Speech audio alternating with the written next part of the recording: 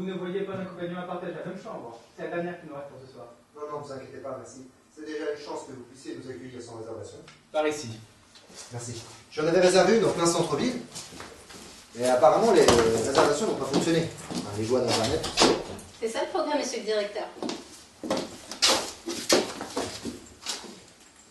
Ma secrétaire et moi-même allons à un séminaire à quelques kilomètres d'ici. Ça aurait été dommage de devoir dormir dehors. N'est-ce pas? Cette chambre est intéressante. Vous savez, mademoiselle, cet hôtel était un ancien couvent qui date du XIIe siècle. C'est un lieu chargé d'histoire. Un ancien couvent? Et à qui appartenait cette chambre? À Anne sans merci, que vous voyez derrière vous. C'était la mère supérieure du couvent à la fin du XIIIe siècle. Elle n'a pas l'air commode. Anne sans merci était tristement célèbre pour avoir envoyé au bûcher des filles ayant fauté avant le mariage. Charmant. C'était une autre époque. L'église avait toute autorité sur les villageois. Et certains brûlaient les gens pour 3 fois rien. Anne formait un couple assez zélé avec cet homme, Benoît le Cruel, le curé d'Armeneville. C'est l'ancien nom d'Armeneville. Ces 2 illustres personnes ont torturé et brûlé de nombreux fornicateurs, des personnes qui ont couché en mariage. Mais l'ironie du sort, ils étaient eux-mêmes amants. Et lorsque cela fut connu, les villageois, excédés par toutes ces exécutions sommaires, ont décidé de prendre les choses en main.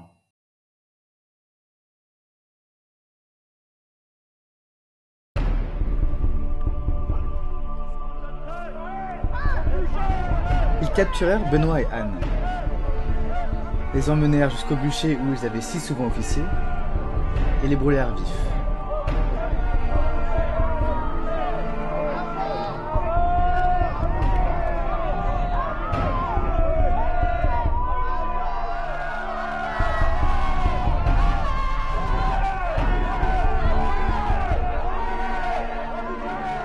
Selon la légende, le diable lui-même trouva cette histoire très amusante.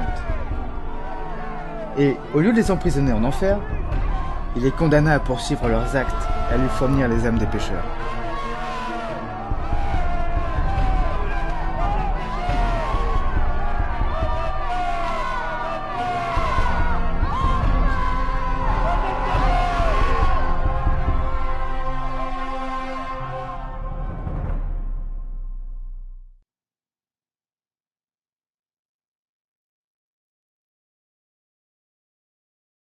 Voilà, maintenant vous connaissez l'enfer du décor. Je vois. Mais tout le monde sait que le diable n'existe pas. Hein. Dostoïevski a dit « Si le diable n'existait pas, alors l'homme l'a créé à son image. » D'accord. Bon, merci pour toutes ces petites anecdotes. Hein. On va pas vous embêter plus longtemps. Mais de rien. Merci encore. Hein. Le dîner sera servi à 20h. Précise.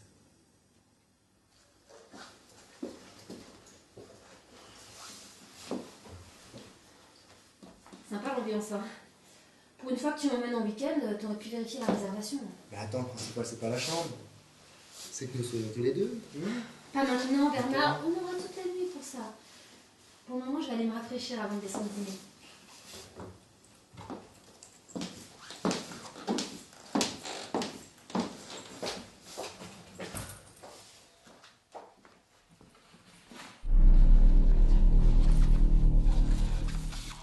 Ah, Elisa. Comment j'ai bien fait de la prendre comme secrétaire, cette petite. Cette nuit, ça va être chaud. Révision complète du Kama Sutra. Yes! Par contre, je ne sais pas encore si je lui annonce la fin de notre relation demain soir ou lundi au bureau. Ce serait dommage de finir le week-end sur cette note.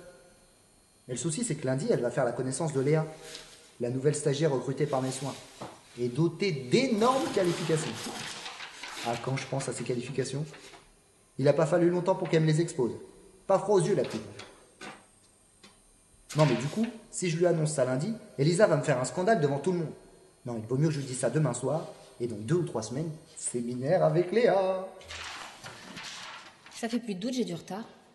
Est-ce que je dois lui dire? Mais comment il va le prendre? Oh, c'est la merde.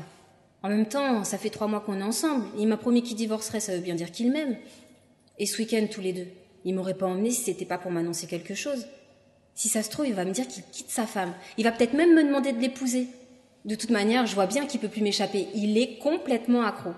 Qui pourrait résister à ses petits seins, à ses petites fesses? Allez, je lui dis au dîner qu'il va être papa.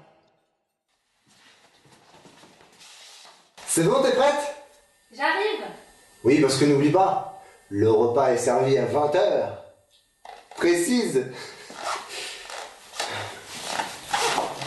Voilà.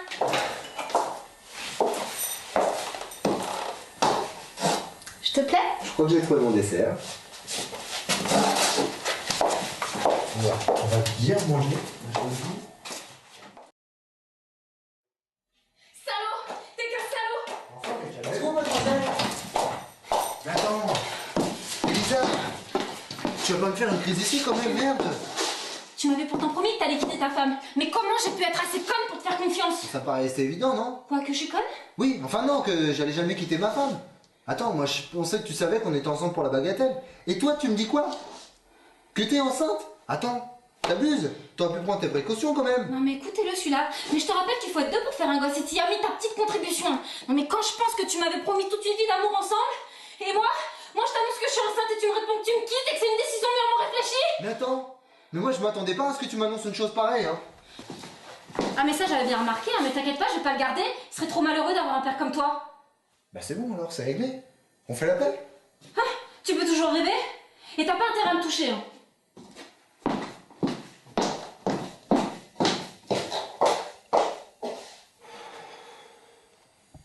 Bon, bah tant pis pour le Kama Sutra. Hein. Ce soir on dort sur la béquille.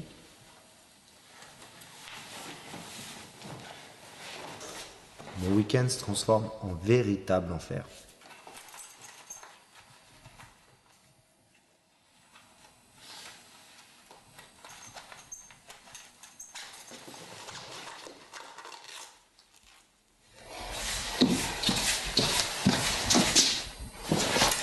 Bah je te préviens, si tu tentes quoi que ce soit, je te colle un procès au cul.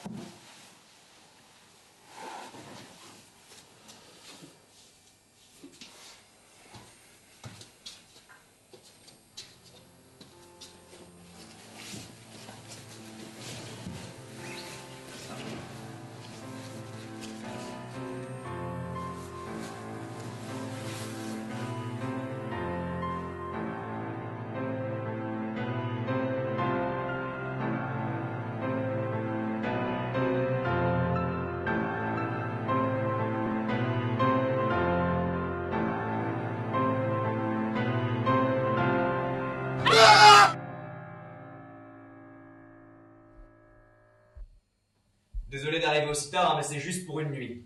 Vous avez de la chance. Une chambre vient juste de se libérer. Vous ne voyez pas d'inconvénient à partager la même chambre? Je pense que ça devrait pas poser de problème. Attendez, un petit détail à régler.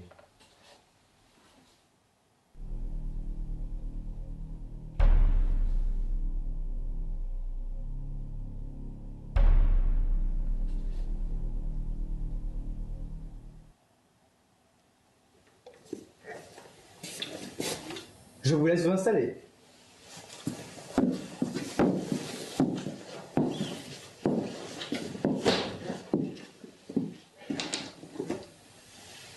Passez une bonne nuit. Et faites de beaux rêves.